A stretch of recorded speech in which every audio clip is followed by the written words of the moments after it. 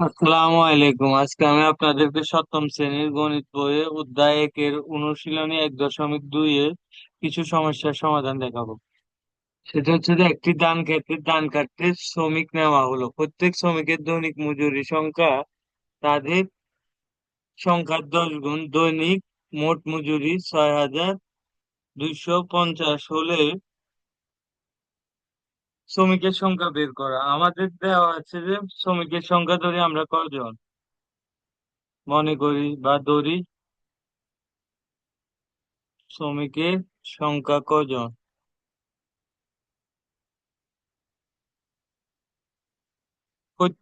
প্রত্যেকের মানে কথা ইন্ডিভিজুয়াল একজনের দৈনিক মজুরি হচ্ছে যে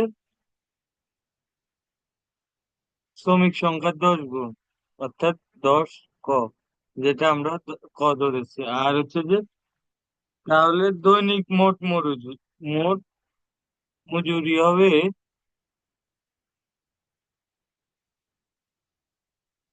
দৈনিক মোট মজুরি হবে আমার 10 ক ইন্টু ক।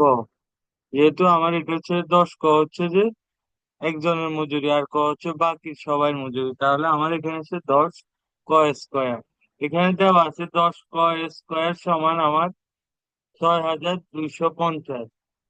6,250 হলে আমার ক স্কোয়ার সমান 6,250 বাই 10।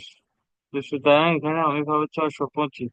625 কে আমরা লিখতে পারি ক স্কোয়ার সমান 25 স্কোয়ার। সুতরাং ক সমান আমাদের 25। তো সুতরাং আমাদের শ্রমিকের সংখ্যা,